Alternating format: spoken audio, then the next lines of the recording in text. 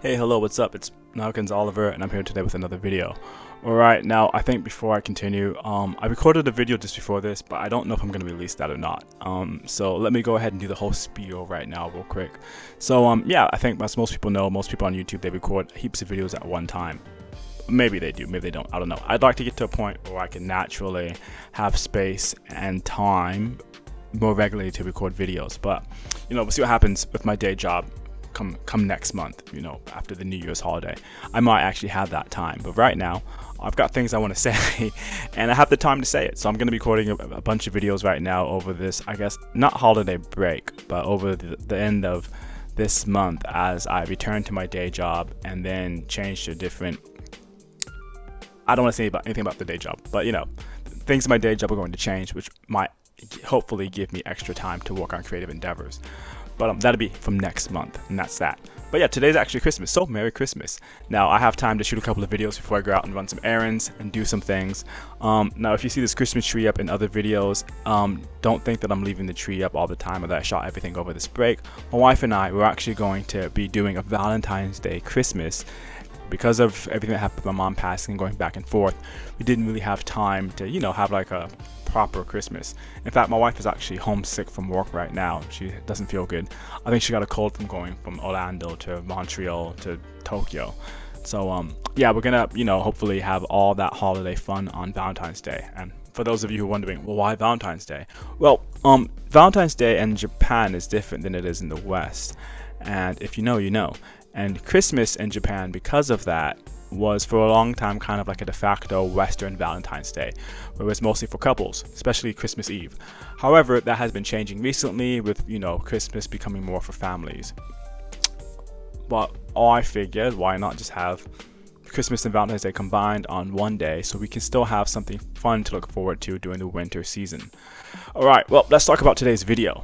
So, yeah, I think I don't want to keep talking about my parents too much and the passing of my mom too much, but I am working through it, so please bear with me.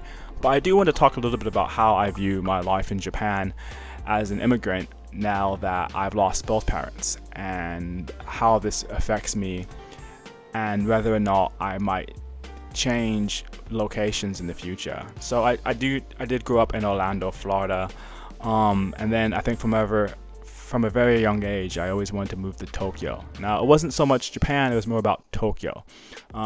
My family moved to Orlando from the New Jersey area, but prior to that, my dad had lived in New York for plenty of years, for a very long time. I had an older father, so he lived in New York for like a whole lifetime before I was even conceived.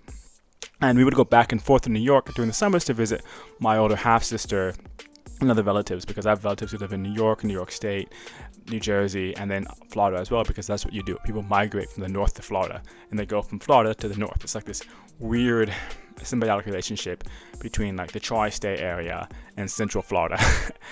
But yeah, so as a kid, I just knew I wanted to move to Tokyo. And I had a cousin that lived in Tokyo, and that also made it real for me. And my parents would buy me books on Japanese and all that. So it's never, a question that I wasn't going to live in Tokyo. But I think the first time I was properly living here was in 2008 when I was going to university. And I think my father became diagnosed with pancreatic cancer in like the summer of 2010. So I moved here, I think in August 2008. And then about 2 years, almost 2 years later, a year and a half later, almost 2 years later, I had to kind of reroute my life, because obviously this was like my first death. And I was still quite young, I was like 23. I didn't know what to do, so I panicked, and I just, I put college on hold, and I moved back to America to deal with my dad dying. And after my dad passed, I moved back to Japan to finish university in 2012. Now, I thought that I only had 1 year left, but whilst I was away, the curriculum had been amended, and I needed to do like another year and a half, maybe 2 years. So that's what I did. I ended up graduating kind of later in life in 2014. And now, when I came back in 2012, I used some of the money that my dad left me from life insurance to, continue on in school. But aside from that, I was a raging alcoholic who was grief-stricken, and I also had undiagnosed ADHD. So, even though I had a university degree, I didn't really apply myself to any meaningful work outside of it. Now, this isn't a slight at the university, but I think there was this thing where, like, if you weren't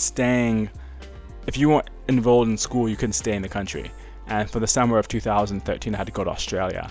And I had an internship that I probably would have loved to have worked at that wanted me to stay, but my job was basically saying, look, we can't take your visa away from you, but we can academically suspend you from enrolling in the fall semester of 2013.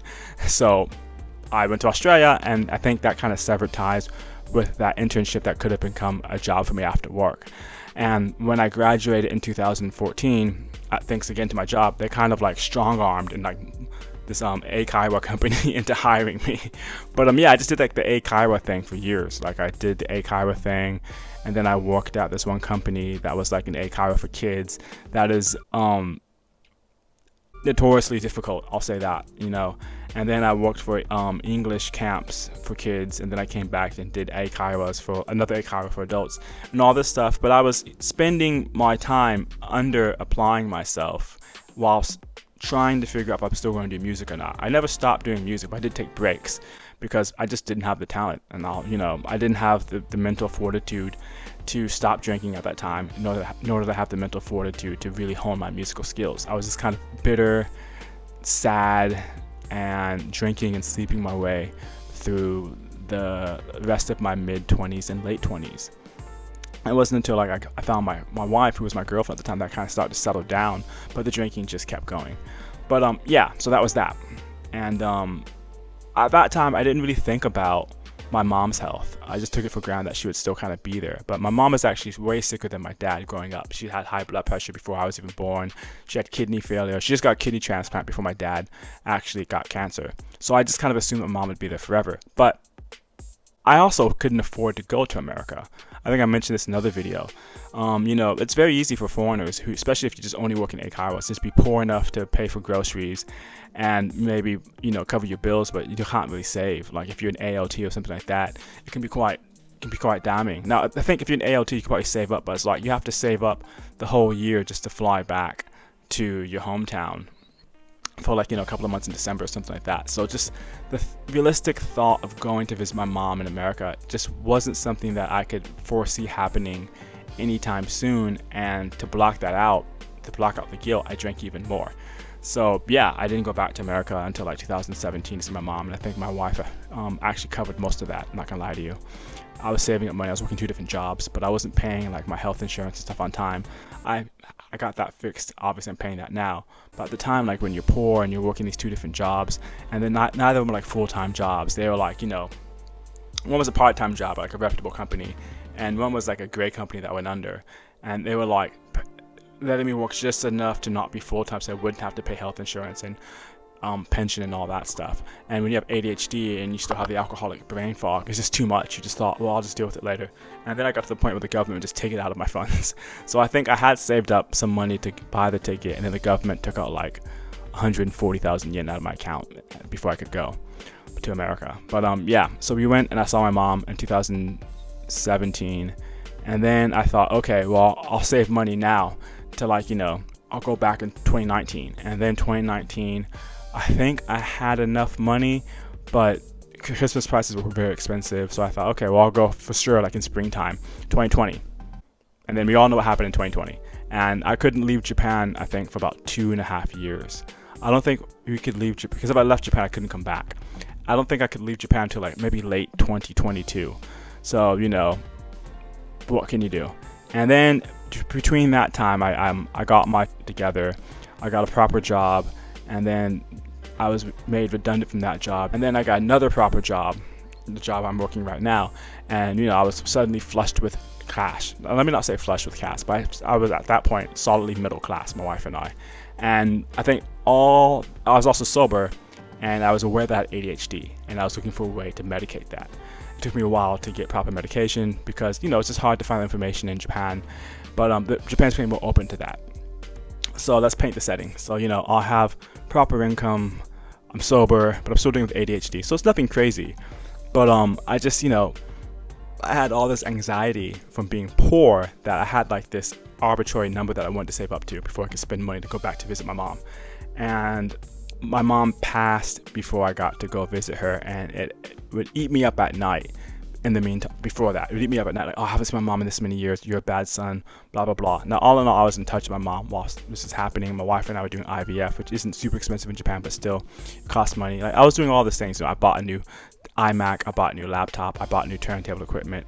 So all this stuff, I was trying to get back into like a nice, healthy, productive space. But yeah, I ended up not seeing my mom again until after she had her stroke, and this month, and that was that. So right now I'm in this weird state of kind of wondering if I made a mistake moving to Japan. Now, it's not necessarily just Japan. I think any immigrant or expat can think about this, or they can relate to this if they're living in a country that's kind of far away from their own hometown. Your parents die. I know I'm not unique in this. I have heard stories from many other expats and immigrants in Japan who have lost their parents and they couldn't afford to go back home to see them, or their parents are very sick and that's something that weighs on them heavily because the yen is really bad right now, or just the fact that having to get time off to go see your parents and having that cost money, having to go back to your hometown. I hadn't seen my siblings in 13 years before this situation, and hopefully it won't be another 13 years till I see them again. Obviously we keep in touch with each other, but we're all working through mom's passing in our own way. So yeah, did I make a mistake moving to Japan? I'm not sure, to be honest with you. If you had asked me before this current PM got elected, I would have said, I guess not. I made the mistake on my own by not being, sober enough and not being cognitive of my ADHD and not being gainfully employed to afford to go back to America more often. But now with this PM, I know it's not her fault exactly, but the yen is dog right now. And it's going to continue being dog. Now, that might actually have more to do with the American economy, because the global economy, everything's based around the dollar. So, I'm not like a huge social political expert, and I'm not trying to wade into those waters, but I want to say that there's a financial aspect to this now that is playing heavily on my mind, because even now that I have money to go to America more often, it's expensive. Like when I was just there like last week, it wouldn't be unusual for it to be like 158 yen to the dollar, like 157 yen to the dollar, 156 yen to the dollar. So essentially what that means is, like, imagine that for you that live in America, if you don't understand Japanese money, imagine that like this glass of water, for example, cost 100, let's say this glass of water costs $1 US, right? So it costs $1 US. But if I'm coming with Japanese money, that means I'm essentially paying the equivalent of $1.56 in Japanese money, as it were. So that adds up. So like, a $10 Happy Meal set or a $10 McDonald's set almost runs me like, maybe between like $17 to $18 to maybe $19 in Japanese money. So you see how that can be kind of a kick in the chest financially. And I think now that both of my parents are gone and I'm going back through the early grief cycle, I don't know. I had plans to naturalize and live in Japan forever, but the economics right now, the yen depreciating, really scares me, because I still have family in America that I would not want to be, I guess, separated from for so long. But then I also have family here that I don't think it would be an easy transition to live in America. For example, my wife, like, what would she do? You know what I mean? But yeah, I don't know. That's where I'm at right now. I'm confused. If you had asked me 6 months ago, I'd been like, yeah, I'm gonna naturalize, I'll live in Japan forever, whatever. You know what I mean? Like, but at that same time, I thought my mom would live like, another 7-8 years. So I'm like, I'll have time to, I can make up for it now. I can start going to America now. And the yen was still like pretty shy. It was still like, 150, 148, 100, almost going to 160. But now the yen is super shy. I lost both my parents, and I am confused about how much longer I want to stay in Japan. Now, realistically, I don't think I'm going to leave Japan. Probably ever, realistically.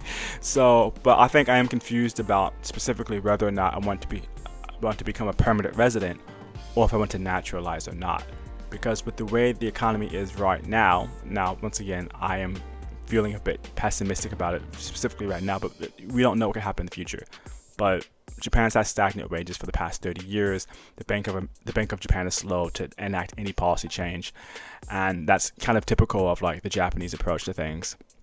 I can say that my confidence in Japan has kind of sunken to the point where I don't know if it would be the smart thing to do for my family, including my wife, for me to become a Japanese national.